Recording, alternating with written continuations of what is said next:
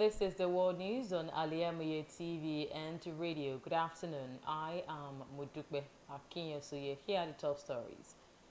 Federal government to launch conditional cash transfer to 15 million households. Ogun ranks 6th among states in Nigeria in socio-economic scorecard. In business, NNPC denies handing pipeline contract to Northern Oil Cabal. On the foreign scene, more than 250 bodies found at Israeli music festival site attacked by Hamas.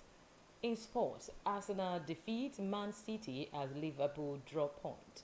Details of this and more coming up shortly.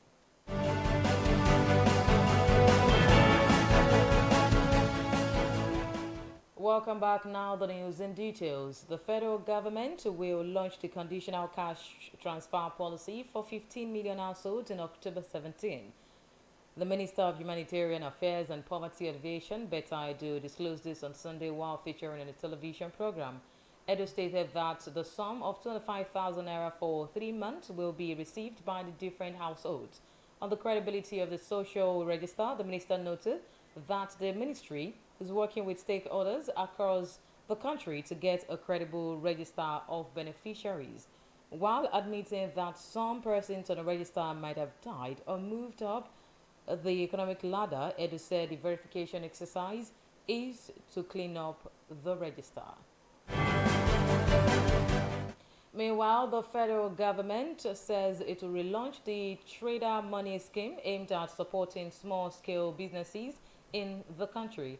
The interest-free loan scheme for traders started in 2018 and has been on hold for some time.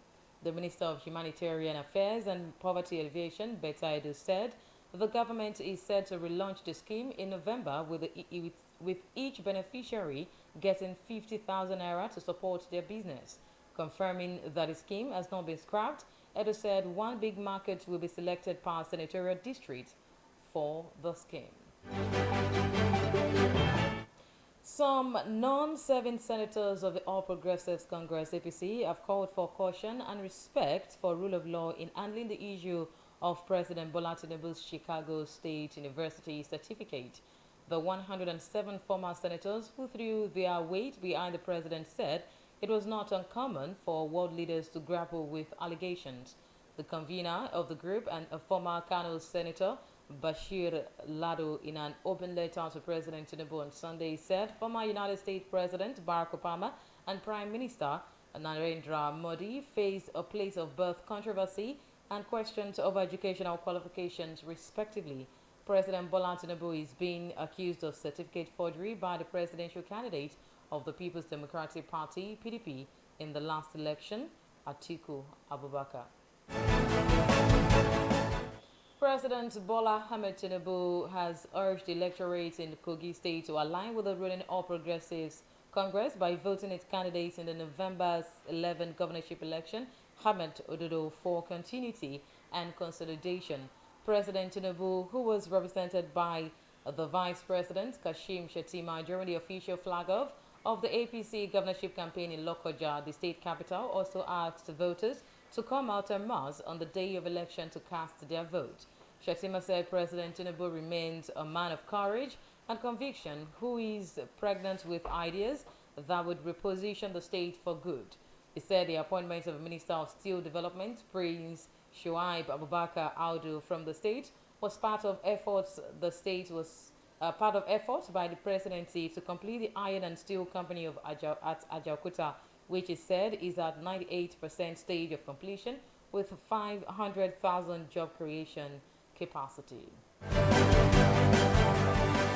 The Christian Association of Nigeria, CAN, has warned the federal government against negotiating with bandits and terrorists and granting them amnesty, saying it should stop playing politics. CAN urged the government to seek for foreign help if it cannot handle the issue of banditry and terrorism rather than succumb to negotiation and amnesty. While describing them as enemies of the state, the Christian body said banditry and kidnapping had become big business. He alleged that the government had allowed it to continue for a long time. CAN Secretary, Northwest Region, Sunday Albe, issued the warning in an interview with newsmen on Sunday. The National Drug Law Enforcement Agency, NDLEA, says its operatives have arrested one Chukwemeka Clement for ingesting 100 wraps of cocaine. The 67-year-old suspected trafficker was arrested at the Nnamdi Azikiwe International Airport, Abuja, on Tuesday. In a statement on Sunday, NDLEA spokesperson Femi Babafemi said Chukwemeka claimed he ventured into drug trafficking to raise enough money to marry a new wife. The NDLEA spokesperson said the suspect was arrested after a body scan revealed multiple pellets in his stomach. Analysts, data scientists, and researchers has ranked Ogun State 6th out of the 36 states and the FCT in the just released socio-economic scorecards in Nigerian states. Ogun State, under the leadership of Governor Dapo Abiodun, came tops in the financial sector, third in the capital importation, third again in industrialization and business competitiveness. The state came fifth in citizens' livelihood and welfare, fourth in ICT infrastructure, and fifth in education. Overall, Lagos came first, followed closely by the FCT. Oyo came third, River State came fourth, while Kano came fifth. You are listening to the world news on Al-IyamoyeTv and radio. Still to come, business, foreign and sport news. Please do stay with us. Welcome back. Thank you for staying with us in business and economic news. The Nigerian National Petroleum Company, NNPC Limited, has denied reports that contracts for the rehabilitation of pipelines across the country were awarded to a Northern Oil cabal.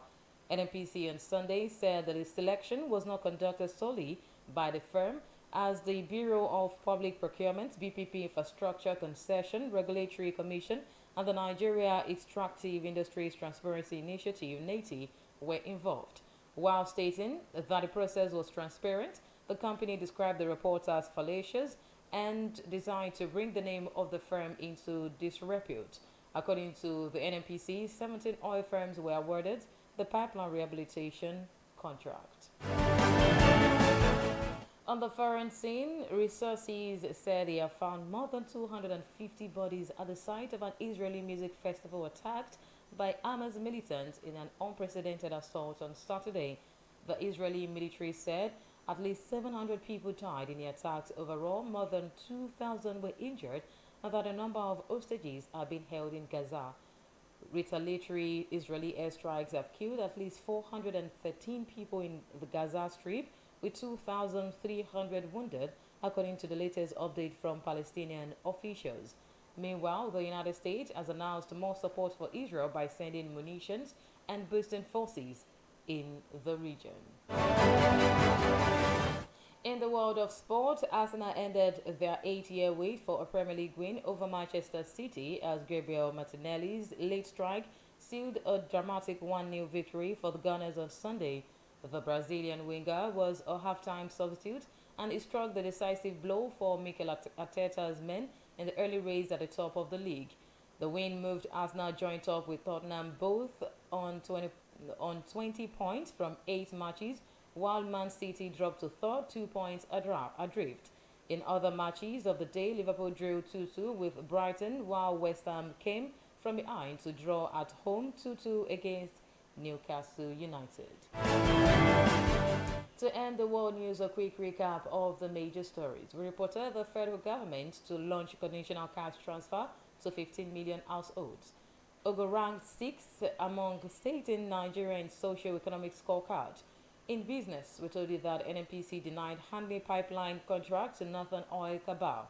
On the foreign scene, more than 250 bodies found at Israeli music festival site attacked by Hamas. And in sport, we also reported that Arsenal defeated Man City as Liverpool dropped points. The World News was edited and produced by Abida Talkid. For more news and updates, you can follow us on all social media platforms. On Facebook, www.facebook.com/Al-IyamoyeTV radio. On the X platform, formerly Twitter, at Iyamoye_TV, and on Instagram at Al-IyamoyeTV. You can also listen live and stream live by logging on to our website, www.aliyamoyetvradio.com. Thank you so much for listening. I am Modupe Akinyosoye. Good afternoon.